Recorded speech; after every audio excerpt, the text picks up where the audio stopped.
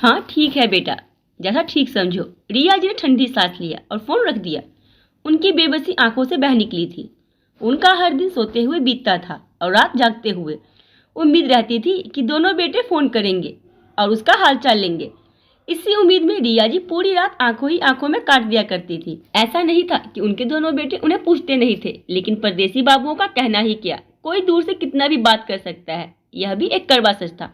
हर कोई अपनी जिंदगी में व्यस्त रहता है, अपने ही मुसीबतों और दिनचर्या से जूझते हुए। होली बीत चुकी थी, अब दशहरा और दिवाली में कुछ ही दिन शेष थे। रिया जी ने बारी बारी से अपने दोनों बेटों को आने के लिए कहा था, लेकिन बहाना तैयार था।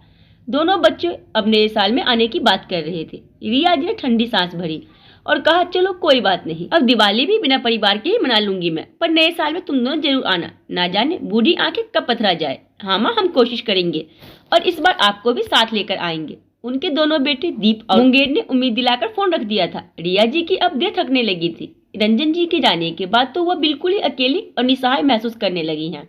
आज दोनों बेटों से बात कर वह बहुत ही आहत हो गई।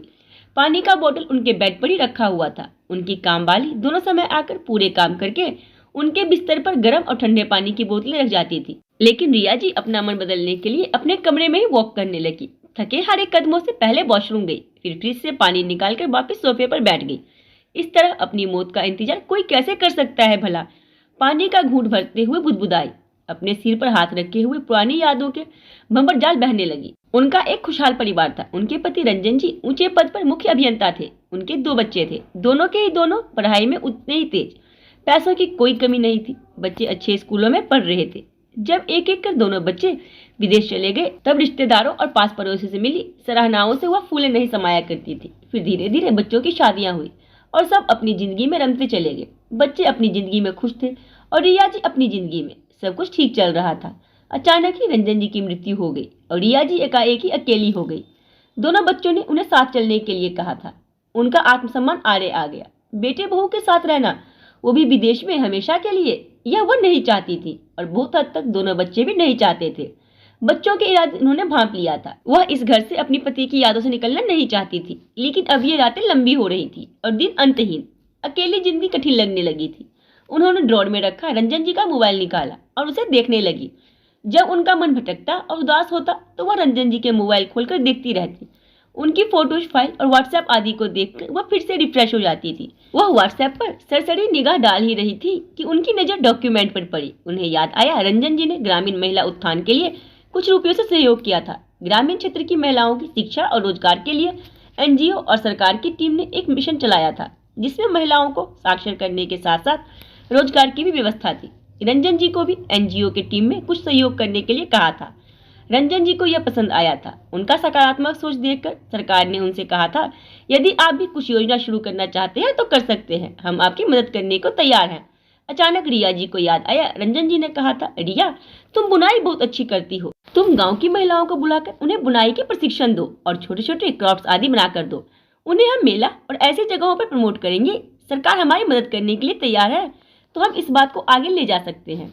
इससे तुम्हारा भी मन लगा रहेगा और रिटायरमेंट के बाद हम एक अच्छी जिंदगी जी सकते हैं। हमें कहीं जाने की जरूरत नहीं पड़ेगी और गांव वालों का भी भला हो जाएगा। बिल्कुल सही बात। रिया जी यह सुनकर बहुत ही खुश हो गई थी। उन्होंने इस चीज पर काम करना भी शुरू कर दिया था, लेकिन फिर अचानक से एक दिन रंजन जी चल बसे और उसके बाद सब कुछ कागज में सिमट कर रह गया।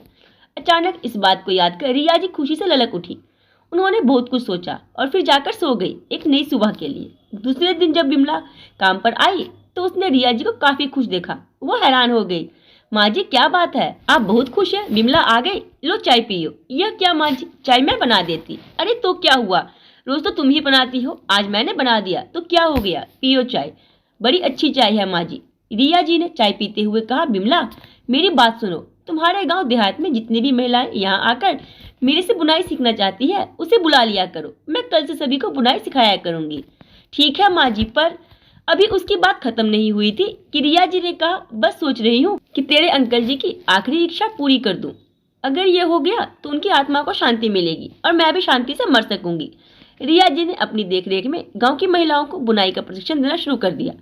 देखते देखते रिया जी के पास गांव की महिलाओं लड़कियों का हुजूम आने लगा। रिया जी अब दोहरे शेड्यूल में बुनाई सिखाया करती थी।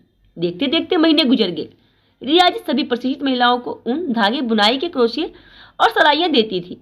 सभी की जिम्मेदारियां बंटी हुई थी।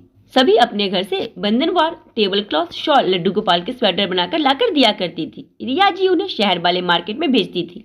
स्थानीय प्रशासन की मदद से उन्होंने कई तरह के मेले और हुनर हाटों में इनका प्रदर्शन भी किया। अब उनका यह काम चल निकला था। कई नामी ब्रांड और सरकारी संस्थानों ने उनके प्रोडक्ट हाथों हाथ खरीदना शुरू कर दिया था। अब रिया जी के पास न सिर्फ अपना आत्मसम्मान लौट आया था, बल्कि वह कई लोगों के लिए मिसाल भी बन चुकी थी। आज की कहानी के बारे में आप लोग अपने मुझे कमेंट बॉक्स में जरूर दें और कहानी पसंद आई हो तो लाइक, शेयर और सब्सक्राइब करना ना भूलें।